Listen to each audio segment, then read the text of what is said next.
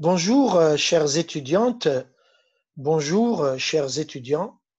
Dans cette vidéo, je vais vous présenter les principaux états de synthèse dans le cadre de la comptabilité marocaine, à savoir le bilan et le compte de produits et charges, qu'on appelle le CPC.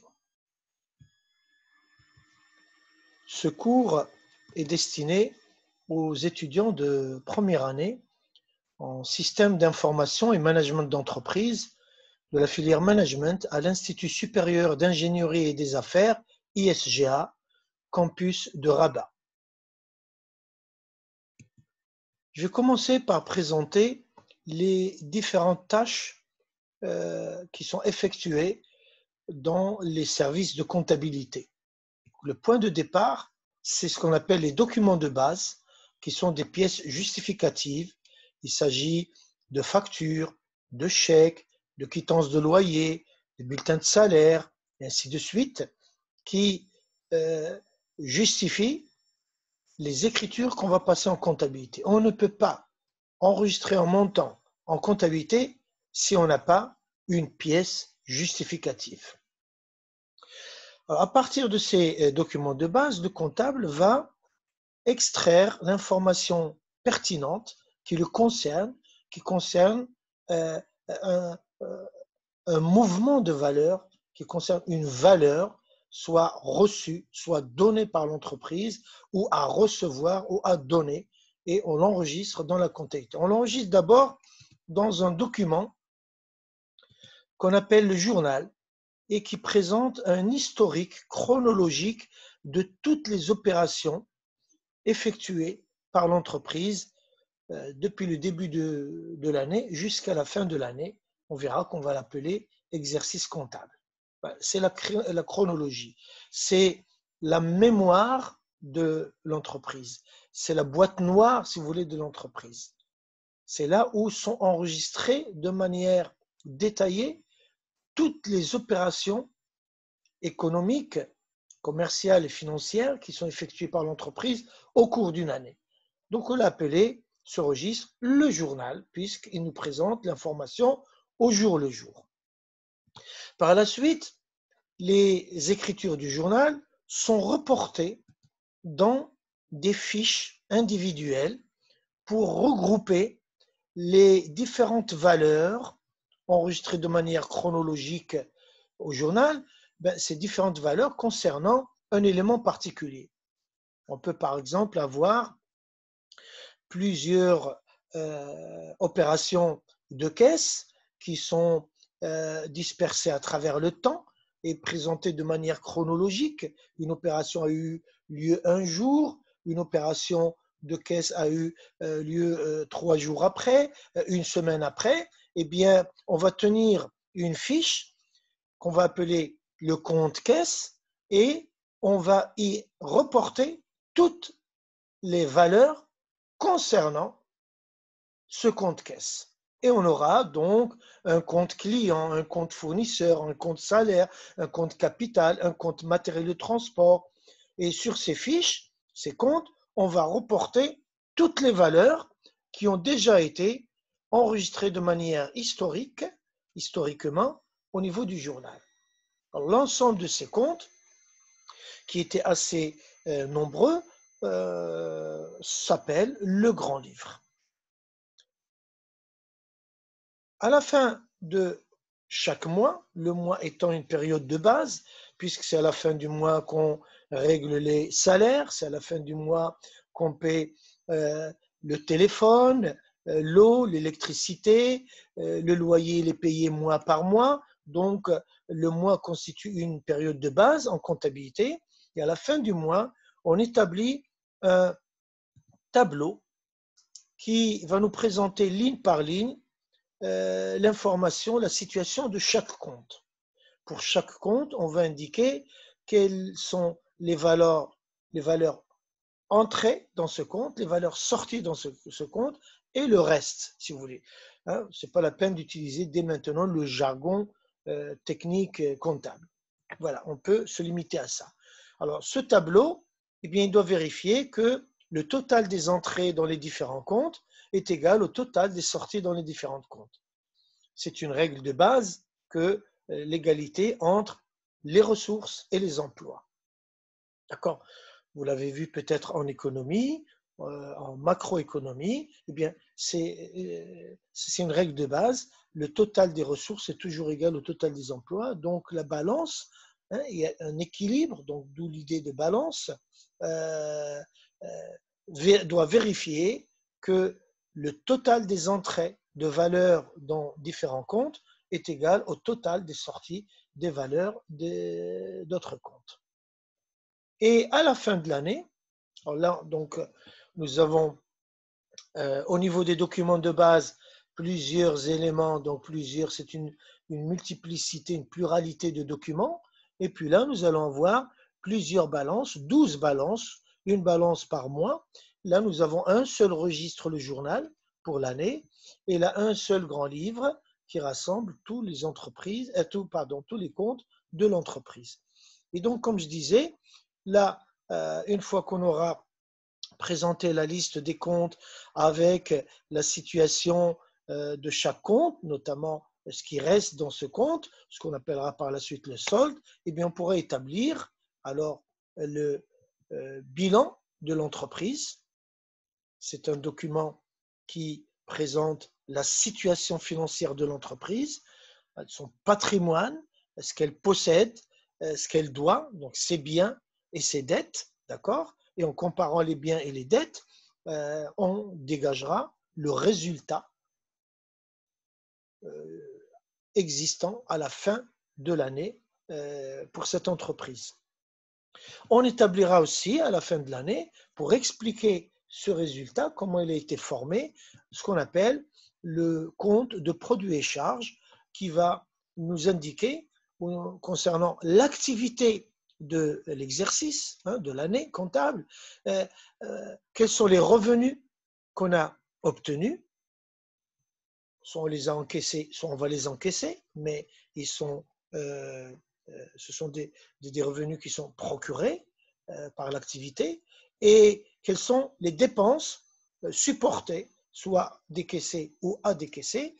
Et on va comparer donc quels sont les revenus obtenus, quelles sont les dépenses supportées, et on va dégager alors le résultat qui doit être le même résultat qui apparaît au bilan. Alors, à travers le temps, l'enregistrement des informations à partir des documents de base sur le journal se fait au jour le jour. Et pour avoir une comptabilité mise à jour, eh bien, il faut reporter chaque jour. Chaque jour, on va reporter les valeurs inscrites au journal dans les différents comptes concernés. Comme ça, on peut connaître à tout moment combien nous avons en caisse, combien nous avons en banque, quelle est la valeur du matériel de transport dont dispose l'entreprise, combien doit payer le client Wazzani, combien nous devons régler au fournisseur Smlali, et ainsi de suite. Alors, ce sont des travaux quotidiens, journaliers. Par contre, la balance, elle est établie à la fin de chaque mois. On peut établir une balance à la fin de chaque semaine si les moyens le permettent. On peut maintenant, avec les outils informatiques, éditer des balances, plusieurs balances pendant une journée. Mais le sens, la pertinence de la balance en tant qu'outil de gestion, c'est quand elle est faite à la fin du mois. Et d'ailleurs, la balance constitue, comme je viens de le dire, un premier outil de gestion. Quand on compare la balance du mois de mars avec la balance du mois de janvier, on peut dégager plusieurs informations utiles à la gestion de l'entreprise. Exemple, dans la balance à la fin de janvier, on a des ventes pour 100 000, et dans la balance à la fin de février, on a des ventes, le total des ventes pour 500 000. Alors, qu'est-ce que ça veut dire? Ça veut dire qu'en janvier, on a vendu 100 000 et en février, on a vendu 4 fois plus. On a vendu 400 000 parce que dans la balance à la fin de février, les ventes se montent à 500 000. Ça veut dire qu'on a réalisé un chiffre d'affaires en février qui est 4 fois plus important que celui qu'on a réalisé en janvier. Un exemple parmi tant d'autres. Et puis, à la fin de l'année, on établira donc le bilan et le CPC pour dégager le résultat qui a été réalisé de manière à le déclarer par la suite à l'administration fiscale. On en parlera par la suite. Donc, ce sont des travaux périodiques. Balance, c'est une périodicité mensuelle. Le bilan et le CPC, c'est une périodicité annuelle. OK?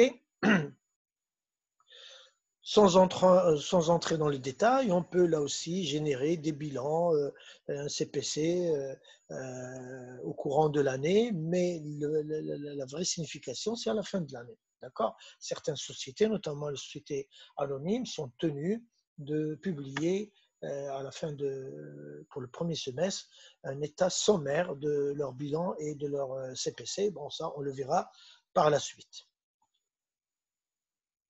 Nous avons devant nous, à travers ce schéma, des documents comptables, des pièces justificatives, un registre, un autre registre, un tableau. Là aussi, on va voir que ce sont des tableaux.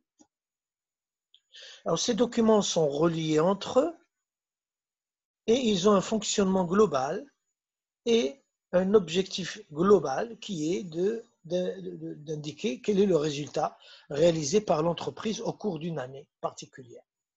Eh bien, nous sommes devant un système. Les comptables parlent de système comptable. La notion de système est apparue dans les années 30 sur la recherche sur la cellule. Bon, c'est pas important, mais un système est un ensemble d'éléments en interrelation entre eux et qui ont un fonctionnement global et qui ont un but, un objectif global. On peut prendre un système électrique, nous avons des ampoules qui sont reliées entre elles et par des fils, souvent qui sont encastrés, et à un interrupteur pour allumer et éteindre. Et puis, quand on actionne l'interrupteur, eh bien, il y a un éclairage qui apparaît. C'est un système électrique. On peut parler aussi du système sanguin, du système nerveux, et même dans l'abstrait, on parle de système politique, démocratie, dictature, on parle de système économique, capitaliste, socialiste, c'est-à-dire un ensemble d'éléments interreliés entre eux et qui ont un fonctionnement global. Nous allons rester au niveau du système comptable. Alors, il est classique parce que c'est l'un des plus anciens. Comme on parle de mode classique, musique classique, les économistes classiques, et bien là, c'est un système le plus ancien. On dit que c'est le système classique de comptabilité. Et la notion de système renvoie à une vision mécanique, ou plutôt mécaniciste du monde. Et quand on dit système, parce qu'on peut expliquer le monde de deux manières, soit avec une approche mécaniciste, on pense comme si c'était une machine, on parle de machine économique, on parle de machine scolaire, qui peut fonctionner correctement quand les rouages sont bien huilés et tout cela, il n'y a pas de panne et ainsi de suite, ou bien la machine ne fonctionne pas très bien, il y a des déchets, il y a des bourrages, il y a des pannes, et voilà. Et donc, on dit en économie, la machine économique chauffe parce qu'il y a d'inflation, il y a du chômage, et ainsi de suite. La machine scolaire ne fonctionne pas très bien parce qu'il y a trop d'abandon de classe, de redoublement, d'échecs scolaires, de décrochage, et ainsi de suite. C'est la vision mécaniciste. Il y a la vision organiciste, c'est-à-dire qu'on voit les choses, les phénomènes de notre monde comme un organisme vivant. C'est une vision organiciste. On parlera de milieu scolaire qui est propice à l'épanouissement de l'individu, notamment de l'enfant, de l'adolescent, ainsi de suite. On parlera de milieu économique favorable à l'investissement national ou international. Donc, il y a deux visions. Alors, quand on est dans une vision mécaniciste, on parle de système, un système économique, un système scolaire, et là, on parle de système de comptabilité. Pourquoi je dis ça? Parce que quand je vois ce schéma devant moi, je pense au moulin de café. Le moulin de café, pour moi, c'est ces trois documents-là qui vont constituer la machine, qui vont traiter l'information. Et cette information, elle est puisée, extraite des documents de base. Et donc, les informations sont saisies des documents de base, traitées par le journal, à travers le journal, le grand livre et les balances, et on obtient une information qui va être présentée pour obtenir le résultat. Alors, nous avons donc les trois étapes d'un traitement automatique de l'information, à savoir la saisie des données, le traitement des données et puis la restitution. Quand nous voulons faire une opération avec une petite calculatrice, on saisit l'information, 3 plus 4, donc l'instruction à faire, c'est une addition. On appuie sur, alors le traitement est fait, et puis on appuie sur égal pour avoir le résultat. On va trouver 7. Alors là, donc, les trois étapes, la saisie, le traitement et la restitution. Et c'est pour cela que très vite, la comptabilité a été informatisée et maintenant, dans toutes les entreprises, eh bien, la comptabilité se fait à l'aide d'outils informatiques, notamment les logiciels de comptabilité et d'autres logiciels beaucoup plus performants. Bien. Mais dans l'enseignement, nous sommes obligés de présenter les principes universels qui ont donné naissance à cette discipline, la comptabilité. On ne peut pas apprendre la comptabilité directement à travers un logiciel parce que sinon, on va saisir l'information, le logiciel va faire le traitement et puis on va demander le résultat, mais on ne saura pas quelles sont les différentes opérations qui ont été faites lors du traitement. Je veux revenir à l'essentiel, pour garder ce schéma en tête, c'est que nous avons des opérations qui sont effectuées par l'entreprise, et donc c'est le journal qui nous présente l'historique des opérations. Toutes les opérations ayant une incidence sur la comptabilité sont enregistrées sur ce journal. C'est comme le journal de bord d'un navigateur, c'est comme un journal de voyage de touristes étrangers dans le sud du Maroc, c'est un journal de l'adolescent qui raconte un petit peu ses états d'âme, et ainsi de suite. Et ça, c'est le journal de l'entreprise. Et c'est d'ailleurs ce document qui doit être coté et paraphé par le secrétaire greffier du tribunal de commerce ou à défaut du tribunal de première instance. Et lorsqu'il y a un contrôle fiscal de l'inspection des finances, eh bien, on demande d'abord ce document, le journal, parce que c'est là où se trouve tout l'historique de toutes les opérations réalisées par l'entreprise au cours d'une année. Maintenant, ces opérations, on ne peut les enregistrer que si nous avons la preuve. Et c'est donc les pièces justificatives. Alors, les opérations sont enregistrées au jour les jours concernant plusieurs éléments et des valeurs. Les valeurs sont alors regroupées par compte particulier pour retrouver toutes les valeurs qui concernent tel client, telle charge de loyer, tel fournisseur, tel matériel, et ainsi de suite. C'est les comptes, les valeurs. Et puis, à la fin de chaque mois, c'est la vérification, comme quoi ce qui figure dans les documents de base a été bien enregistré dans le journal parmi les opérations et a été bien reporté dans les valeurs, dans les différents comptes. Il se peut qu'il y ait des erreurs, et donc, à force de compter à plusieurs opérations qui sont enregistrées au cours d'une journée, eh bien, on dit que l'erreur est humaine. On peut se tromper, au lieu de mettre 69 000, on peut mettre 96 000, hein, on permet que le 9 et le 6. Au lieu d'enregistrer une somme dans le compte du client Idrissi, on le met dans le compte du client Drissi tout court. Au lieu de faire sortir de l'argent de la banque, on a oublié, on l'a fait sortir de la caisse, au niveau de la comptabilité, des écritures, d'accord, et ainsi de suite. Et puis, pour le bilan et le CPC, eh bien, il nous indique le résultat. Ce sont deux états de synthèse, deux documents, d'ailleurs, d'accord? En France, on les appelle les documents de synthèse. Là, ce sont les documents de base. Et là, ce sont les documents de synthèse. Au Maroc, on les appelle les états de synthèse. Un état, avec E minuscule, est un tableau. D'accord?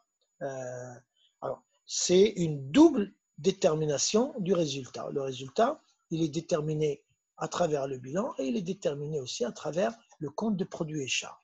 J'indiquerai aussi ce qui n'apparaît pas beaucoup ici, c'est que le bilan concerne l'entreprise et le CPC concerne l'exercice. Le bilan concerne l'entreprise, il nous présente sa situation, ses biens et ses dettes, c'est le patrimoine de l'entreprise. Alors que le CPC, lui, il s'intéresse à l'exercice et il a l'activité de l'exercice. Cette activité, qu'est-ce qu'elle a généré comme revenu et qu'est-ce qu'elle a consommé comme charge, comme dépense. D'accord? Bien. Alors, maintenant, on peut se demander qu'est-ce que c'est que la comptabilité? C'est quoi la définition d'une comptabilité? Ben, la comptabilité est un système. Déjà, hein, ce n'est pas la peine d'aller trop loin. Bon, certains disent que la comptabilité, c'est la science des comptes. Hein, ce n'est pas une science économique avec des courants de pensée. La comptabilité est beaucoup plus une technique, disons. Et donc, on voit aussi la vision mécaniciste, systémique, technique. C'est une technique au service des gestionnaires pour comprendre les résultats obtenus et essayer de prendre des décisions pour dépasser les difficultés.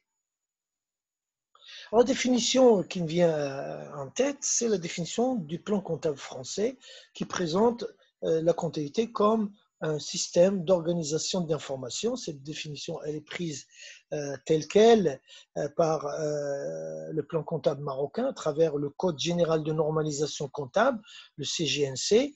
Donc, la comptabilité est un système d'organisation de l'information qui permet, donc en deux étapes, d'abord de saisir, enregistrer, classer dans des comptes les opérations commerciales et financières effectuées par l'entreprise. Schématiquement, on peut dire que opération commerciale, c'est achat-vente, et financière, c'est emprunt et prêt. C'est pas aussi simple que ça, mais on peut retenir ça. Et puis, dans un deuxième temps, après traitement, calcul des différents soldes, établissement de la balance et tout cela, eh bien, la comptabilité va nous permettre de fournir des états de synthèse. Les principaux, c'est le bilan et le CPC, c'est ce qu'on va étudier en première année. Il en existe 3 autres, je n'en parlerai pas maintenant. Alors, ces états de synthèse qui indiquent le résultat réalisé par l'entreprise au cours de son activité pendant une période déterminée, qui est souvent l'année civile, qui est appelée exercice comptable. Donc, quand on dit un exercice en comptabilité, c'est l'année comptable, l'année civile. L'année civile, c'est du début janvier, 1er janvier au 31 décembre du calendrier grégorien. Il peut y avoir des dérogations pour les hôtels, pour les stations estivales, les stations de ski ou autres. Bon, on peut déplacer, mais de toute façon, un exercice comptable, ça sera toujours 12 mois. Parfait. On peut résumer ce texte par ce schéma-là. Donc, comptabilité générale égale système d'organisation de l'entreprise. J'ajoute général parce qu'il y a d'autres types de comptabilité. Je n'aborderai pas cette typologie dans cette vidéo. Ce système, c'est pourquoi? Pour 3 choses. D'abord, pour saisir, enregistrer, classer les informations dans des comptes. Ensuite, après traitement, fournir des états de synthèse, le bilan et le CPC, et tout ça pour indiquer le résultat réalisé au cours de l'exercice comptable. Alors, puisque nous avons maintenant fait ce tour d'horizon sur la comptabilité, je peux annoncer le programme du module. Nous allons avoir 6 chapitres, comme indiqué dans cette diapositive. Donc, nous allons aborder d'abord le bilan et le CPC. Donc, nous allons commencer par la fin du schéma que je vous ai présenté tout à l'heure. On ne va pas commencer par étudier les documents de base, puis le journal, puis les comptes. Non, nous allons d'abord commencer par à quoi nous voulons aboutir. Donc, le bilan et le CPC. Et nous allons voir que ce sont des documents officiels avec une classification, une nomenclature particulière qu'il faudra comprendre et puis aller petit à petit en profondeur jusqu'à arriver aux comptes et aux différentes écritures. Donc nous verrons le compte et la balance, nous verrons donc le nom des comptes, nous verrons aussi le plan comptable, le numéro de compte, et par la suite donc on sera capable de passer les écritures des différentes opérations au journal. Pour ces 3 chapitres, il s'agit de la procédure de traitement comptable. Alors, une fois que nous allons apprendre comment se déroule cette procédure comptable, dans sa globalité, avec des opérations très simples, nous allons aborder alors les 3 chapitres suivants. La facturation, c'est-à-dire les opérations d'achat et de vente, notamment la facture droit, la facture avoir, avec un ensemble de réductions et de majorations. Nous verrons les moyens de paiement, notamment les effets de commerce, la lettre de change et le billet à ordre, avec la création de ces effets, leur circulation entre les différents agents économiques et leur encaissement.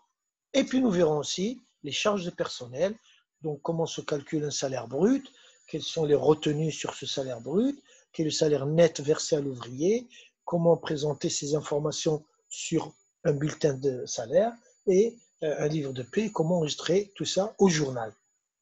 Dans ces 3 derniers chapitres, on va se limiter aux écritures, au journal uniquement, parce qu'on a appris à travers les 3 premiers chapitres comment on fait l'enregistrement ou la procédure donc, du journal vers les comptes, vers la balance, vers le bilan, vers le CPC. Mais là, on va voir plus en détail certaines particularités des différentes opérations. C'est ce que on appelle les opérations courantes.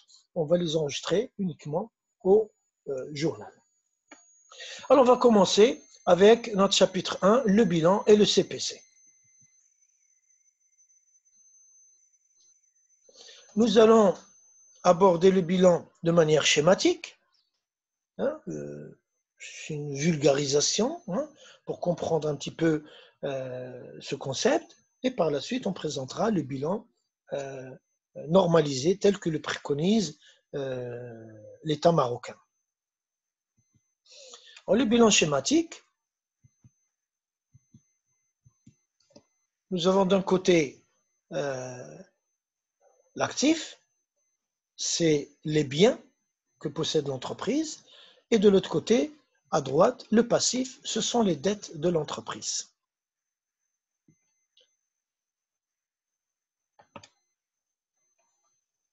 Alors, les biens qui représentent l'actif, ou l'actif, c'est des valeurs qui sont employées. Et c'est ce qu'on appelle des emplois provisoires. Avant de continuer cette explication, je dirais que les principaux emplois provisoires, c'est les biens, les terrains, les bâtiments, les locaux, les machines, les stocks. Nous avons aussi des créances sur des clients, des crédits. Nous avons remis à un client de la marchandise, il n'a pas encore payé. On a un droit de se faire payer par ce client. C'est ce qu'on appelle une créance. On a donné une avance sur salaire à un employé donc on a un droit de se faire rembourser, donc ce sont des créances, et puis on a les liquidités, c'est-à-dire l'argent qui est déposé en caisse, en banque, voilà. Très bien. Si nous avons des valeurs employées dans l'entreprise, ces valeurs, eh bien, on les a reçues, on les a obtenues. Alors, d'où viennent-elles, ces valeurs? Eh bien, on parle alors de ressources. D'accord? Alors, soit c'est des valeurs qui sont apportées par le ou les propriétaires de l'entreprise, donc c'est ce qu'on appellera des capitaux propres, soit c'est des emprunts auprès du secteur bancaire, c'est ce qu'on appelle les emprunts, des crédits bancaires, soit d'autres dettes, par exemple un crédit fournisseur, par exemple nous avons des salaires qui ne sont pas encore payés au personnel et donc nous avons une dette envers le personnel, nous avons un impôt qui n'est pas encore payé à l'État, donc c'est d'autres dettes.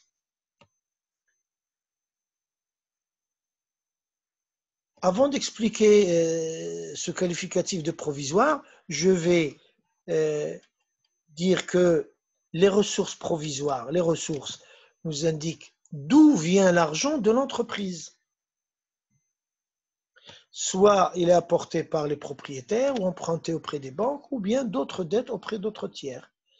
Et notre actif, il nous indique où se trouve l'argent dans l'entreprise. Est-ce que l'argent qui est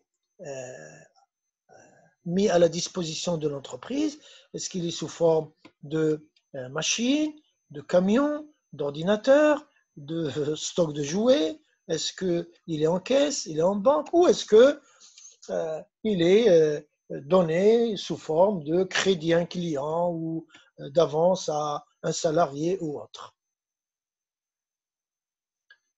Alors, il y a ce terme provisoire. Quand je dis bilan, c'est le bilan de l'entreprise, c'est le bilan qui présente la situation de l'entreprise et par définition, une situation est toujours provisoire. Quand on dit situation, c'est un état qui est provisoire. Quand on dit activité, c'est action et l'activité et l'action est définitive. Alors, quand on parlera du bilan, on parlera de ressources et d'emplois provisoires. Quand on abordera le CPC, le compte de produits et charges, on parlera alors de définitif. Bien. Alors, nous allons donner une petite illustration chiffrée. Je prends le cas de l'entreprise Atlas, la fierté du Maroc, qui a été créée le 4 juillet 2019. Et donc, ce bilan, le jour du 4 juillet, c'est un bilan de création qu'on appellera bilan de départ. Nous constatons qu'au niveau de l'actif et du passif, nous avons un total identique qui est de 310 000 dirhams. D'où vient l'argent qui se trouve le 4 juillet 2019 dans cette entreprise Atlas? Eh bien, nous avons 310 000 qui ont été mis à la disposition de l'entreprise. Ces 310 000, il y a 170 000 apportés par le propriétaire ou les propriétaires, c'est le capital. Nous avons 90 000, c'est un emprunt bancaire.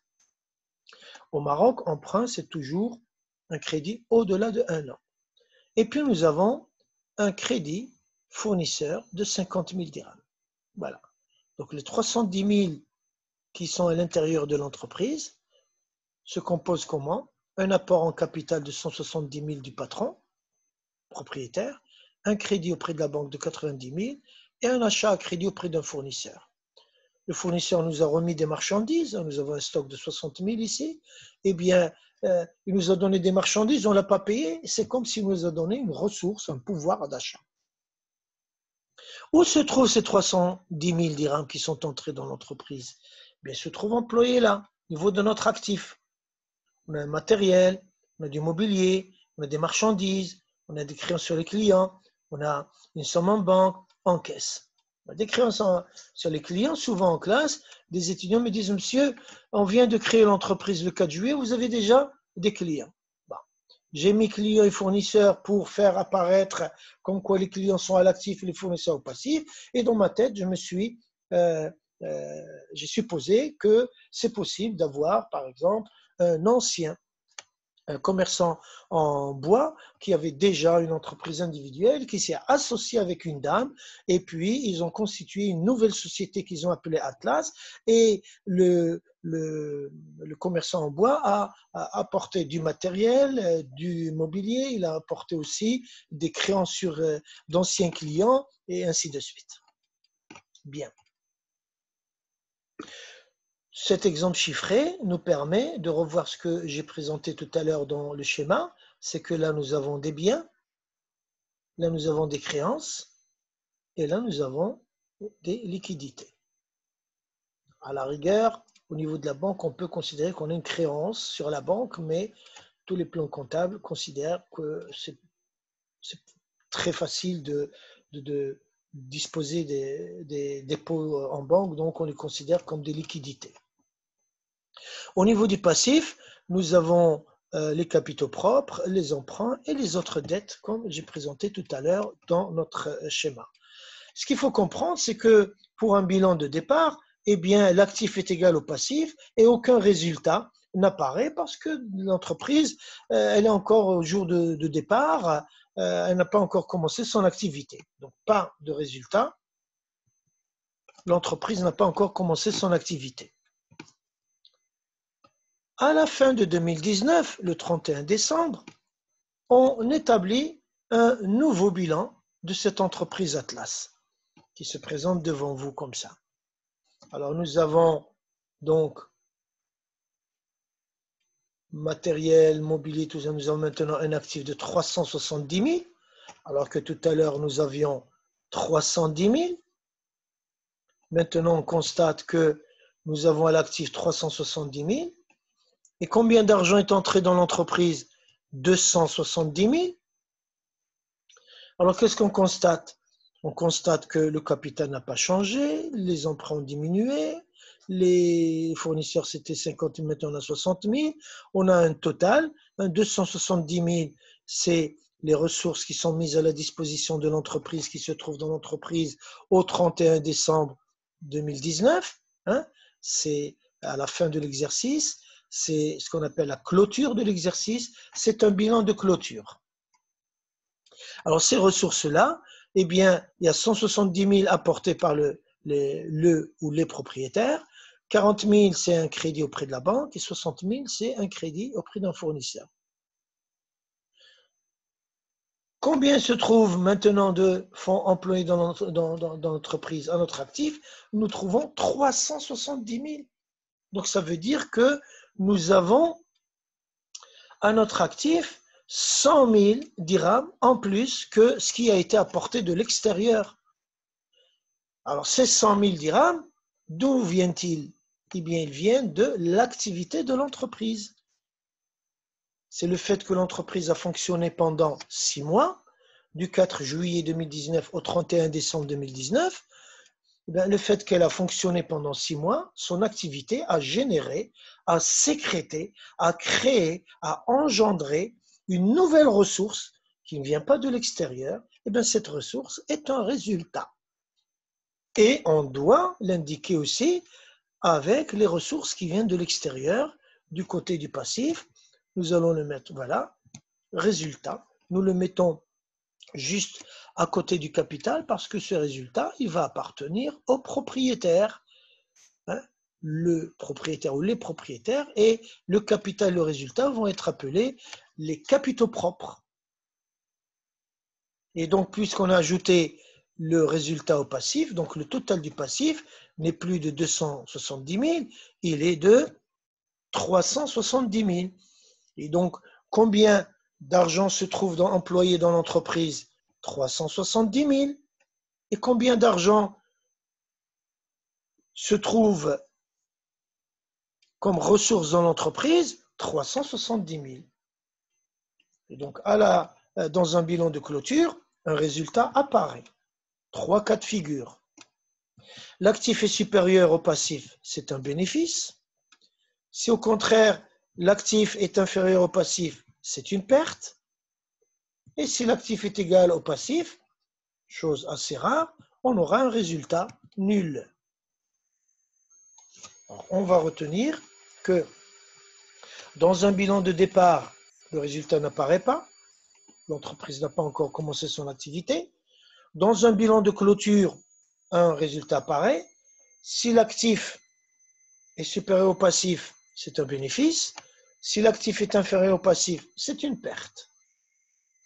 Alors, le lendemain, le 1er janvier 2020, à 6 heures du matin, on consulte le bilan. Il se présente comme suit. Rien n'a changé, mais on ne peut pas laisser au passif le résultat. Parce que pour 2020, qui commence, on est à l'ouverture de l'exercice. C'est pour cela que ce bilan s'appelle un bilan d'ouverture.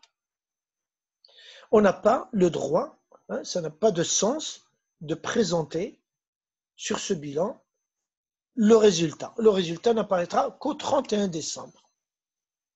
Sauf si on a d'autres particularités, bon, on le verra par la suite, des résultats en instance d'affectation, mais le résultat de l'exercice n'apparaît pas. Et si le résultat de l'exercice 2019, les 100 000 dirhams qu'on a trouvés tout à l'heure, sont encore dans l'entreprise, eh bien, on appelle alors réserve. C'est une épargne. Les réserves sont des résultats antérieurs qui ne sont pas encore distribués aux associés ou prélevés par le propriétaire. Alors là aussi, on constate qu'il n'y a pas de résultat dans un bilan d'ouverture parce que l'exercice ne fait que commencer. Pas de résultat. L'activité du nouvel exercice n'a pas encore commencé. Nous allons aborder maintenant le bilan normalisé. Alors je préciserai que dans ce bilan schématique, j'ai mis des éléments comme caisse, banque, client qui vont être présentés par la suite comme étant des comptes. Et si je les ai présentés ici dans le bilan schématique, c'est rien que pour un souci pédagogique, mais je veux que vous compreniez dès maintenant que jamais, jamais dans un bilan ou un compte de produits et charges, jamais on a des comptes. Alors on va voir qu'est-ce qu'on a alors dans un bilan. Dans un bilan, on a une classification. C'est comme si on avait un grand carton, et dans ce grand carton, on a 3 petits cartons, et dans chacun des 3 petits cartons, on a 2 ou 3 encore petits cartons. Voilà, c'est une classification, une nomenclature comme ça. Souvent, je fais cette analogie, le bilan, avec d'un côté l'actif, c'est l'actif et le passif, ça, et donc le bilan, je le compare à l'armoire à la maison, avec l'actif, c'est le côté gauche, c'est le côté monsieur, et le passif, à droite, c'est le côté madame. Et quand on ouvre la porte du placard donc, de madame, passif, à droite, on trouve à l'intérieur 3 étagères. Et quand on ouvre la première étagère, on trouve 2, 3, 4 tiroirs. C'est cette nomenclature qui va être présentée. Nous avons l'actif et le passif. Alors, nous avons des emplois à long terme, au-delà d'une année, qu'on appelle actifs immobilisés, la classe 2. Je vais être assez rapide, parce qu'on peut, pour ne pas trop rentrer dans le discours, je donnerai vraiment ce qui est nécessaire pour pouvoir comprendre la suite. Donc, un actif, c'est un emploi provisoire, mais c'est un emploi qui est destiné à rester sous forme de cet emploi pendant plus d'1 an. Exemple, on achète un terrain à 2 milliards pour le parking de l'entreprise. L'entreprise est en train de fabriquer des jouets et puis un terrain juste à côté, il est en vente, on l'achète pour parquer les camions utilisés dans la livraison de nos jouets.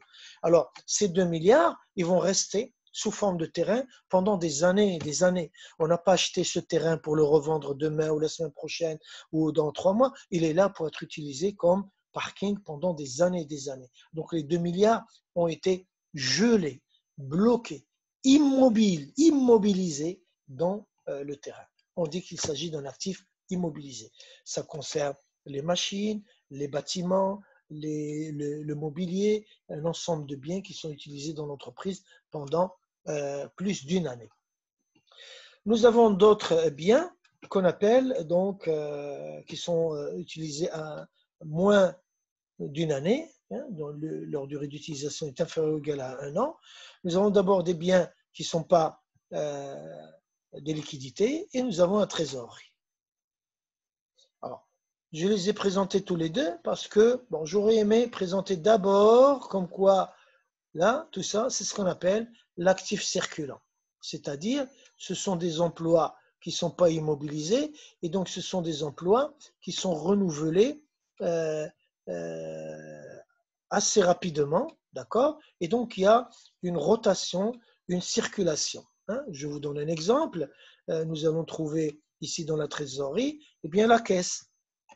Je dépose de l'argent en caisse, puis je retire de la caisse, puis je dépose en caisse, puis je retire en caisse. Ça fait une circulation de, une circulation au niveau de dépôt et de sortie des fonds concernant la caisse. C'est la même chose en banque. C'est la même chose quand on vend un client. On vend un client à crédit. Une semaine, 2 semaines, il vient, il paye. On lui vend à crédit, il paye. On lui vend à crédit, il paye. Ça fait une circulation. Même chose pour les stocks. J'achète des jouets, je vends les jouets, j'achète des jouets, je vends des jouets, j'achète les jouets, et ainsi de suite. Ça fait une circulation. Alors tout ça, c'est ce qu'on appelle l'actif circulant. Et maintenant, c'est bien de distinguer qu'est-ce qui est liquidité, hein, c'est ce qu'on va appeler la trésorerie. Et quand on prend ce qui est circulant mais qui ne concerne pas la trésorerie, on l'a appelé l'actif circulant hors trésorerie. Hein, c'est-à-dire actif circulant, exclusion faite de la trésorerie, ou actif circulant sauf trésorerie, on l'a appelé actif circulant hors trésorerie. Alors, nous avons des numéros de classe. L'actif immobilisé, c'est la classe 2, l'actif circulant, c'est la classe 3, et l'actif circulant hors trésorerie, c'est la classe 3, et la trésorerie, c'est la classe 5.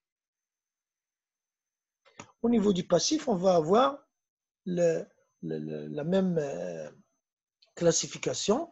Nous allons avoir des ressources du passif qui vont rester dans l'entreprise pendant très longtemps, qu'on peut appeler donc un passif durable, un passif stable, un passif permanent.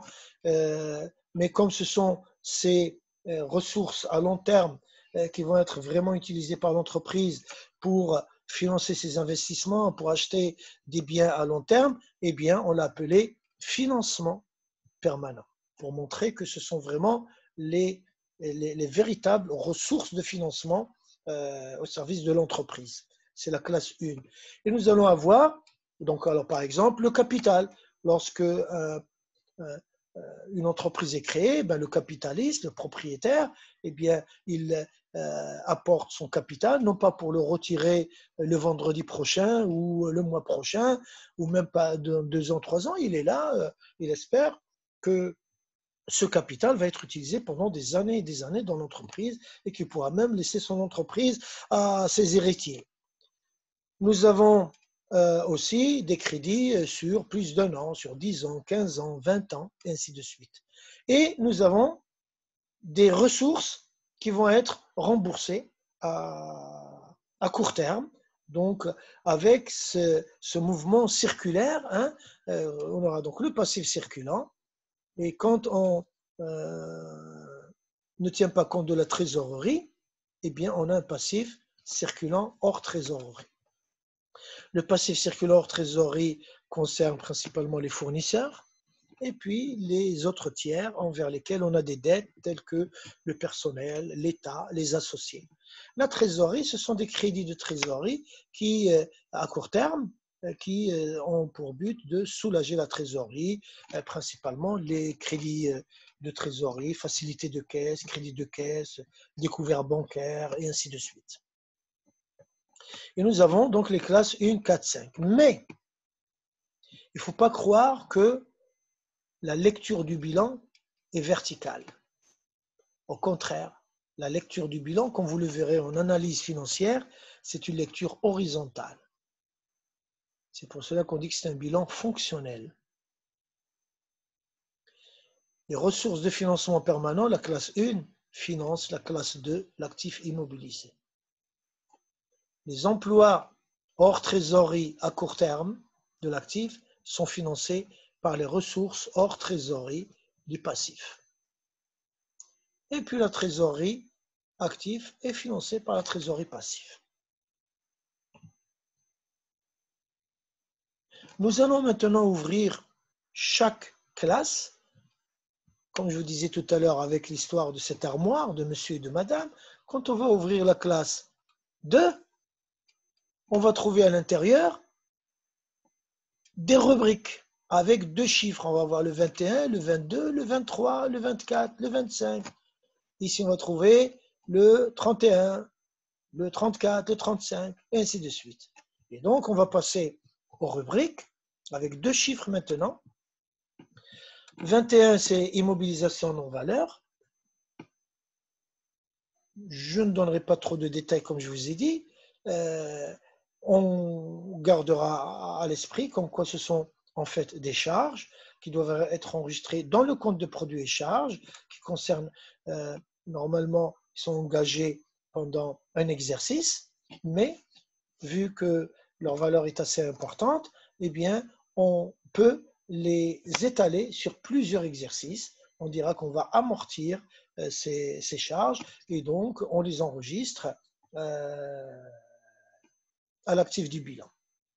Donc, ce sont des charges qui normalement sont définitives, supportées de manière définitive, mais comme on va les étaler sur plusieurs exercices, on va les mettre comme un emploi provisoire à l'actif. Nous avons les immobilisations incorporelles telles que un brevet d'invention, un modèle déposé, l'enseigne de l'entreprise, le logo, le nom de l'entreprise. Ça a des valeurs sur le marché du métier de l'entreprise, mais on ne les voit pas quand on est dans les locaux de l'entreprise. Ce sont des immobilisations incorporelles. 23, nous avons les immobilisations corporelles. Donc, on a d'abord le sol, les terrains. Sur les terrains, on a les bâtiments. Dans les bâtiments, on a les installations techniques. On a du matériel et outillage. On a du matériel de transport. On a le mobilier, le matériel de bureau, les ordinateurs, et ainsi de suite. Et puis, nous avons aussi des immobilisations financières, des prêts à long terme. On a acheté aussi des actions pour influencer la politique d'une société avec laquelle on a des relations. Donc, on achète des actions. Ces actions nous permettent de participer aux assemblées générales et d'influencer les décisions de manière à ce que l'activité de l'entreprise dans laquelle on a acheté ces actions soit favorable à notre activité. Et puis, nous avons la classe 3, donc l'actif circulant hors trésorerie. En jaune, nous avons les stocks, donc c'est soit des marchandises, si c'est une entreprise de négoce, soit nous avons des matières premières, des matières consommables, des produits finis, des produits résiduels, des encours, et ainsi de suite. Nous avons aussi les créances de l'actif circulant, donc principalement les clients, mais on a aussi des créances sur le personnel, sur l'État, sur les associés, et ainsi de suite. Et puis nous avons 35, c'est les titres et valeurs de placement. On peut acheter des actions, comme j'ai dit tout à l'heure, mais on n'a pas acheté des actions pour influencer la politique de la société qui a vendu ces actions. On a acheté des actions parce que tout simplement, on a vu qu'en bourse, ces actions, eh bien, leur cours boursier ne cesse d'augmenter. Et donc, pour réaliser un gain à brève échéance, on a acheté ces actions dans le but de les revendre dans 2 jours, 1 semaine, quelques semaines. Donc, c'est un but spéculatif. Donc, c'est un emploi à court terme. Et puis, nous avons notre trésorerie. Et la trésorerie active, c'est la rubrique numéro 51. Du côté du passif, nous allons avoir donc la classe 1 financement permanent, 11 les capitaux propres, 13 les capitaux propres assimilés. Capitaux propres, c'est, comme on a vu tout à l'heure, le capital, le résultat non encore distribué, donc qui appartiennent aux associés ou aux propriétaires. Des capitaux propres assimilés, je donnerai comme exemple une subvention d'équipement accordée par l'État à l'entreprise, donc on ne va pas la rembourser à l'État, donc c'est comme du capital, mais il est assimilé, ce n'est pas vraiment une somme apportée par le propriétaire. Nous avons les dettes de financement, donc tous les emprunts à long terme, tous les crédits à long terme. Et puis, j'indiquerai le 15, c'est tout simplement pour avoir un équilibre dans mon schéma ici entre l'actif immobilisé, entre l'actif, pardon, et l'actif immobilisé et le financement permanent. J'ai ajouté le 15, des provisions durables pour risques et charges. J'en parlerai pas parce que ça concerne le deuxième semestre. On le verra par la suite. On va retenir comme quoi ce sont des ressources provisoires à long terme. Les dettes du passif circulant, on est dans la classe 4, le passif circulant hors trésorerie, les dettes 44 et 45, autres provisions pour risques et charges. Les autres provisions pour risques et charges, c'est aussi des provisions, donc des dettes probables. Là, ils sont à long terme, là, c'est à court terme. D'accord? Alors là, pour les dettes, c'est les dettes envers des tiers. On a principalement les fournisseurs, le personnel, l'État, les associés, ainsi de suite. Et nous avons la trésorerie passive, 55. Voici les rubriques. Alors, quand on va ouvrir chaque rubrique, on va trouver à l'intérieur des postes avec 3 chiffres. Nous allons ouvrir par exemple le 23, immobilisation corporelle, 23.1, terrain, 23.2, construction, 23.3, installation technique, matériel, outillage, 23.4, matériel de transport, 23.5, mobilier, matériel de bureau et aménagement divers, et ainsi de suite.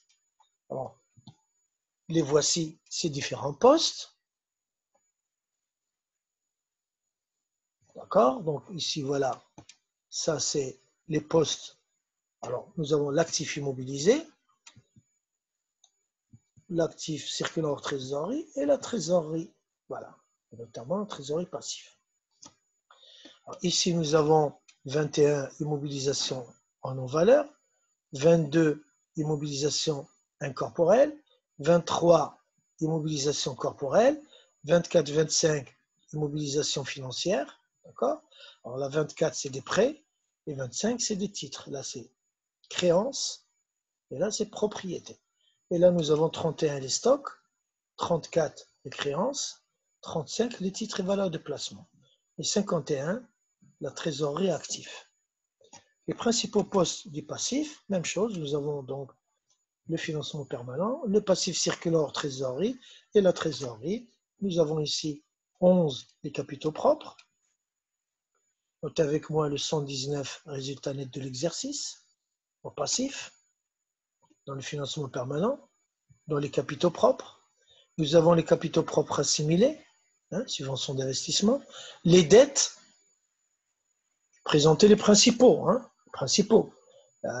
Alors, les emprunts obligataires et puis les autres dettes de financement. Nous avons les provisions pour risques et charges.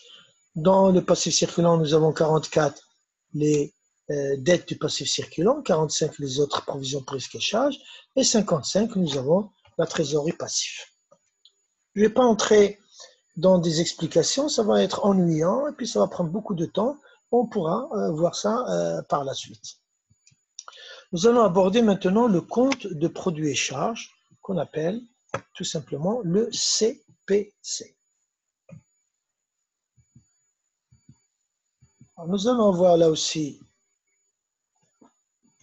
des ressources et des emplois liés à l'activité.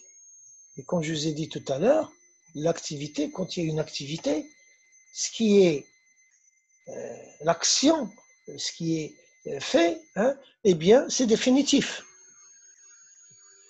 D'accord? Quand j'ai payé un salaire, eh bien, ce salaire, je ne vais plus le récupérer. C'est un emploi définitif. le travailleur Brahim a travaillé tout le mois d'octobre, à la fin d'octobre, je lui donne 5 000 dirhams de salaire, eh bien ça y est, je ne vais plus le récupérer. C'est un emploi définitif, c'est une charge. La même chose quand je paie un impôt, quand je paie un loyer, quand je paie un intérêt sur emprunt. Mais par rapport au bilan, comme on a vu tout à l'heure, l'actif, c'est des emplois provisoires. Quand je dépose de l'argent en caisse, je peux le retirer immédiatement ou une heure après ou le lendemain ou quelques jours après. Même chose pour la banque, je dépose en banque, je peux retirer. J'achète un stock de marchandises, je vais le vendre et récupérer l'argent. J'achète un camion, si j'ai besoin d'argent, je peux revendre ce camion. J'accorde un crédit à un client, mais le client va venir me payer. Tout ça, ce sont des emplois provisoires qui sont inscrits au niveau de l'actif du bilan. Mais là, nous allons voir ce qui est définitif. Alors, au niveau du CPC, si on a vu au niveau du bilan qu'on classe les emplois et les ressources en fonction du temps, les emplois et les ressources au-delà d'un an, et donc l'actif immobilisé et le financement permanent, et les emplois et les ressources inférieurs ou égal à un an, actif, passif, circulant, et bien au niveau du CPC, on va classer les emplois et les ressources en fonction des différents niveaux d'activité. Le premier niveau, c'est ce qu'on appelle l'exploitation, c'est le métier de l'entreprise, c'est sa profession. Puis le deuxième niveau, c'est ce qui est financement de l'entreprise. Et ce qui n'est ni exploitation ni financement, ce qui est exceptionnel, au Maroc, on considère que c'est non courant. Et donc ça veut dire que exploitation et finance, c'est courant. Alors je vous donne des exemples. Une entreprise qui fabrique et vend des chaussures, eh bien, quand j'achète du cuir, eh bien, c'est une charge d'exploitation. Ça concerne la fabrication de chaussures. Je paie les ouvriers, c'est de l'exploitation. Les ouvriers fabriquent les chaussures. Je paie le loyer, ben, c'est l'exploitation parce que le local, on y fabrique des chaussures. J'ai acheté un camion, c'est provisoire, le camion, parce que je pourrais le vendre par la suite, donc c'est de l'actif immobilisé. Mais j'ai demandé un crédit et là aussi c'est provisoire parce que le crédit, je vais le rembourser, mais je vais rembourser le principal, mais je vais payer aussi des intérêts sur emprunt. Et ces intérêts-là, quand je vais les donner à la banque, eh bien, je vais rembourser ce que j'ai reçu, pas de problème. Et l'intérêt que je vais payer, eh bien, c'est une charge financière.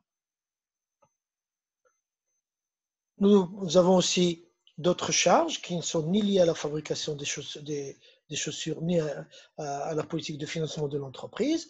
Par exemple, nous avons donné un chèque de 20 000 dirhams à une équipe de football du quartier. Donc, ça n'a rien à voir avec la fabrication de chaussures, ça n'a rien à voir avec le financement de l'entreprise. C'est une charge non courante. Nous avons l'Arbi, notre livreur, qui a brûlé le feu rouge, le flic l'a arrêté et nous avons payé 800 dirhams d'amende. Eh bien, ça n'a rien à voir avec la fabrication des chaussures. On ne peut pas dire que toute entreprise qui fabrique des chaussures doit payer une amende parce qu'il y a contravention au code de la route. D'accord? Alors, au niveau des ressources, c'est la même chose. Nous allons avoir des ressources définitives, c'est-à-dire il y a des ressources qui vont rentrer dans l'entreprise, mais on ne va pas les rembourser. Alors d'abord, il y a l'exploitation, la finance et le non-courant. On vend les chaussures, eh bien c'est une rentrée liée à l'exploitation. Nous avons prêté, nous avons 3 cadres, on leur a prêté 200 000 dirhams pour acheter de nouvelles voitures et ce crédit à un taux avantageux va recevoir des intérêts sur ses prêts. Et bien cet intérêt-là, c'est un revenu financier, c'est une ressource financière définitive. On a reçu un don d'une organisation internationale, et bien c'est une ressource qui n'a rien à voir avec la fabrication des chaussures ni le financement, c'est non courant. On avait un ordinateur qui est tellement ancien que on l'a revendu pour 2000 dirhams. Eh ben, cette ressource, elle est définitive. On n'a pas remboursé, on a remis à un voisin cet ordinateur, il nous a donné 2000 dirhams. Mais ça n'a rien à voir avec la fabrication de chaussures ni le financement, c'est une ressource non courante. Je tiendrai à préciser, s'il vous plaît, que la notion de produit ici, ça n'a rien à voir avec le résultat d'une production, c'est-à-dire un produit fini, un produit fabriqué. Ici, le mot produit est utilisé dans son sens financier, comme on dit qu'un compte bancaire produit des intérêts, c'est-à-dire il rapporte des intérêts qui sont des revenus. Et là, quand on dit ces ressources-là sont des produits, ce sont des revenus. Ce sont les produits de notre activité, les produits au sens financier du terme. Hein, c'est des produits d'exploitation, des produits financiers, des produits non courants, mais dans le mot produit, il faut retenir le sens de revenu. Et donc, nous avons ici les revenus rapportés par l'activité. Et au niveau des charges, on a les dépenses supportées par l'activité. Est-ce que ces dépenses sont payées ou non? Ce n'est pas là le problème. Ça, c'est le bilan, c'est la situation financière. Mais les dépenses sont supportées. Est-ce qu'on a payé le loyer ou pas encore? Ça, c'est autre chose. Mais on est dans le local et on doit payer le loyer. Même chose pour les revenus. On a vendu, peut-être que le client nous a payé, mais peut-être qu'on lui a vendu à crédit. Il n'a pas encore payé. Mais le revenu, il est assuré. OK. Alors, comment calculer le résultat maintenant à partir du CPC? Eh bien, c'est le total des produits moins le total des charges. Il y a deux cas de figure. Soit les produits sont supérieurs aux charges, soit les charges sont supérieures aux produits. Si les produits sont supérieurs aux charges, nous avons un bénéfice. Et on va le mettre du côté des charges, qui est le côté le plus faible, pour retrouver l'équilibre. Si les charges sont supérieures aux produits, nous avons une perte. Les produits rapportés par l'activité sont insuffisants, ils ne couvrent pas toutes les charges. Et donc, il y a une partie des charges qu'on a supportées qui ne sont pas couvertes. Eh bien, c'est une perte. Quand je paie un loyer et je n'ai rien reçu comme revenu, le loyer que j'ai payé est une perte. Donc, il faut raisonner comme ça, comme quoi une charge est une perte, pardon, et un produit est un bénéfice. Et à la fin de l'année, on voit le total des charges définitives, le total des pertes et le total des bénéfices, et on a un bénéfice net qu'on va appeler le résultat net de l'exercice si les produits sont supérieurs aux charges, ou le résultat net de l'exercice déficitaire si c'est une perte. Hein. On verra débiteur et créditeur par la suite. Donc, nous savons maintenant qu'on peut calculer le résultat à partir du bilan et à partir du CPC. À partir du bilan, on a dit que le résultat, c'est le total de l'actif moins le total du passif. Et avec le CPC, on vient de voir que le résultat, c'est le total des produits moins le total des charges. Il y a double détermination du résultat de l'exercice, à partir du bilan et à partir du CPC. À partir du bilan, on constate le résultat en comparant l'actif et le passif, les biens et les dettes, et on dit tiens, voilà les biens, voilà les dettes, ah voilà, eh bien voilà notre résultat. Mais comment expliquer ce résultat? Eh bien, c'est avec le compte de produits et charges.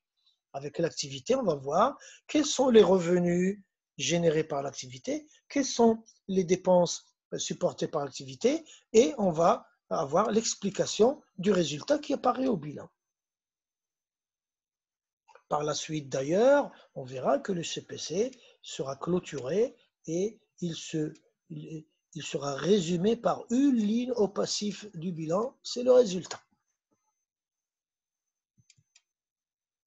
On peut comparer aussi bilan et CPC. Nous avons le bilan de CPC, l'actif, passif, charge, produit. Nous avons 4 familles de valeur. Nous avons des emplois provisoires, des ressources provisoires, des emplois définitifs, des ressources définitives. Au niveau du bilan, eh bien, le bilan est établi à la fin de l'exercice et c'est comme si on arrêtait le temps et le bilan nous décrit qu'est-ce qui existe dans l'entreprise en tant que biens et dettes. Donc c'est une image. Le bilan est une image et la photographie de la situation de l'entreprise à la fin de l'exercice. C'est comme si le 31 décembre à minuit, on arrêtait le temps et puis on venait, on prenait une photographie de cette entreprise, combien elle a en stock, combien elle a en caisse, combien d'argent en banque, quelle est la valeur du matériel de transport, quel est le capital, quelles sont les dettes envers les fournisseurs, les emprunts, et ainsi de suite. Et on compare le tout et on voit ce qu'on a un bénéfice ou une perte. Souvent, ça me rappelle au recensement général de la population et de l'habitat. J'ai eu le plaisir et l'honneur de participer à cette opération de recensement en 1982. Et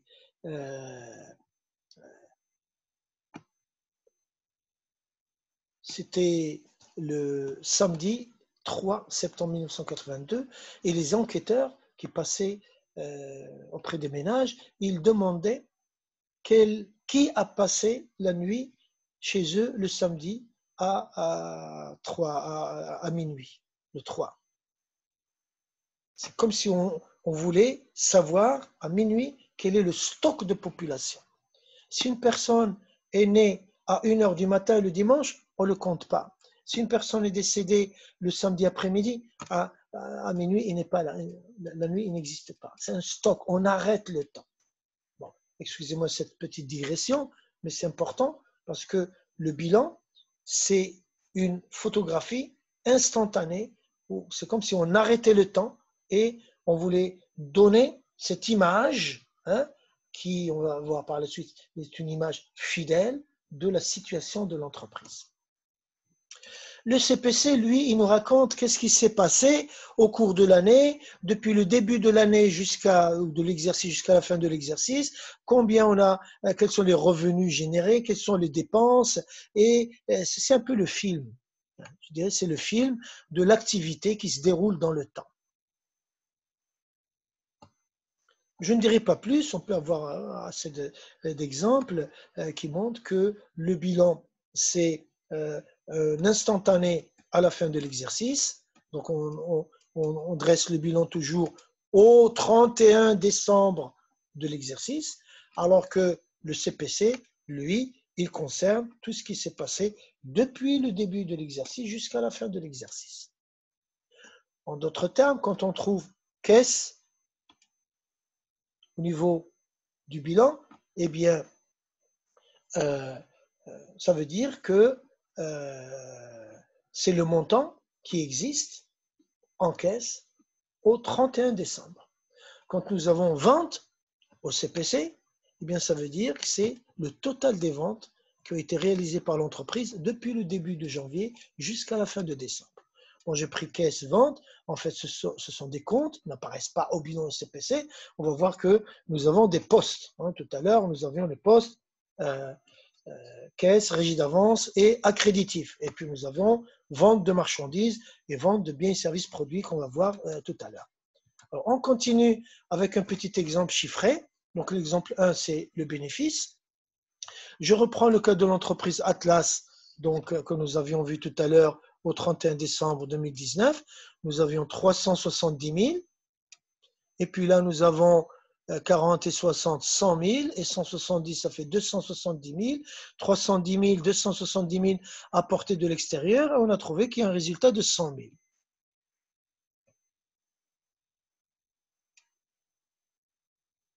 Bien.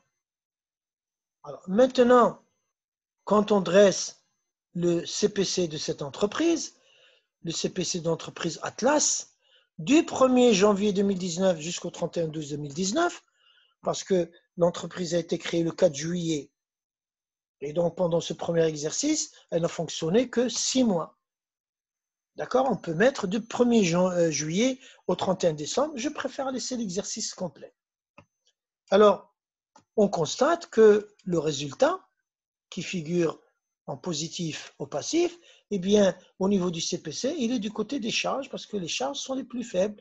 Effectivement, nous avons le total des produits qui s'élève à 1 083 000, c'est le total ici, voilà.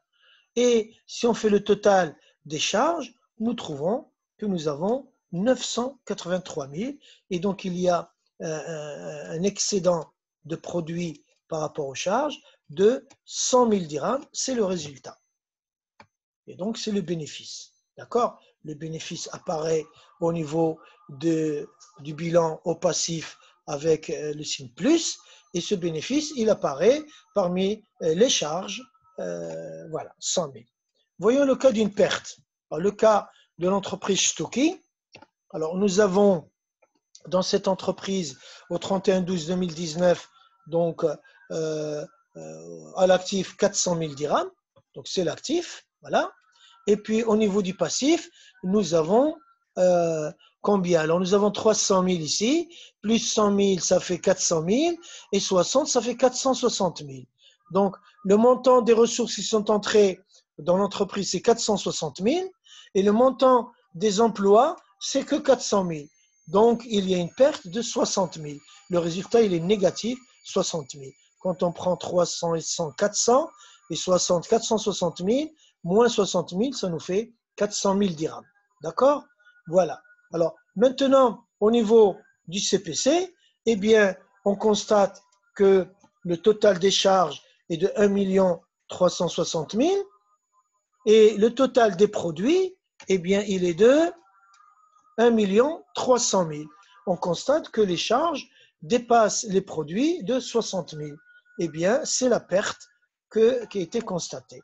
Et finalement, quand il s'agit d'une perte, eh bien, la perte apparaît en négatif au niveau du passif et elle apparaît au niveau des produits dans le CPC. Nous allons passer au CPC normalisé. Nous avons les classes.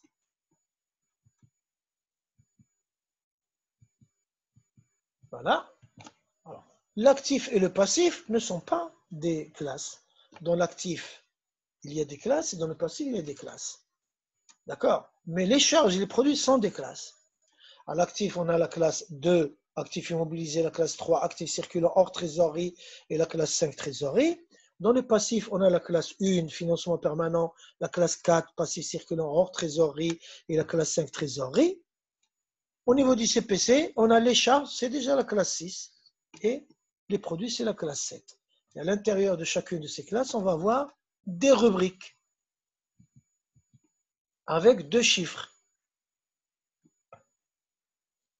Alors, nous allons avoir les rubriques de charges et les rubriques de produits.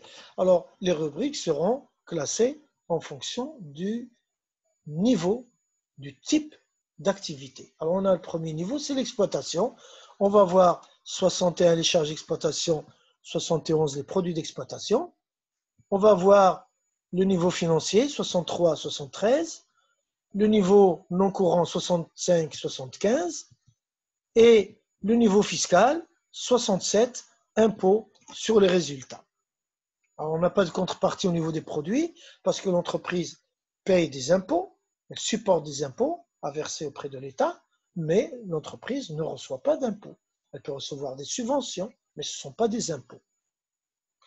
Quand nous allons ouvrir chaque rubrique, nous allons trouver des postes. Alors, les principaux postes, les voici. D'accord? Donc, je vais les présenter. Bon, ce n'est pas la peine d'expliquer chaque poste parce qu'on resterait peut-être des mois et des mois, hein, voire des années et des années hein, pour expliquer tout ça. Alors, ce que je peux rappeler, c'est que là, on est dans l'exploitation, là, on est dans le financier, là, on est dans le non-courant et là, on est dans le niveau fiscal. Alors, ce qui est intéressant, c'est par exemple ici de voir que nous avons les achats de marchandises et les ventes de marchandises. Si l'entreprise est une entreprise de négoce, on achète et on revend en l'état ce qu'on a acheté. Les achats consommés, les ventes de biens et services produits, les autres charges externes. Il s'agit de services. Les achats, c'est des biens concrets. On achète des marchandises, on achète des fournitures de bureau, des baguettes de soudure, des cartouches d'encre, du cuir, de la laine, du détergent. C'est des achats de biens concrets. D'accord? Bon. Il y a l'eau, il y a l'électricité, bon, mais voilà. Et puis, il y a des services. Services de transport, services de publicité, services bancaires, services postaux, location, assurance, maintenance et tout cela. Et on les enregistre dans les autres charges externes. Et on a les impôts, on a les charges de personnel, les salaires et ainsi de suite. D'accord?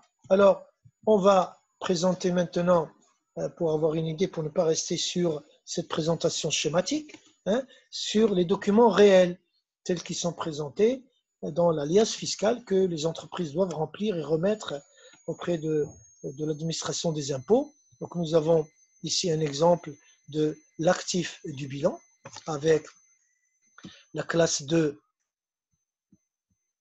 l'actif immobilisé, la classe 3, actifs circulant hors trésorerie, et la classe 5, la trésorerie.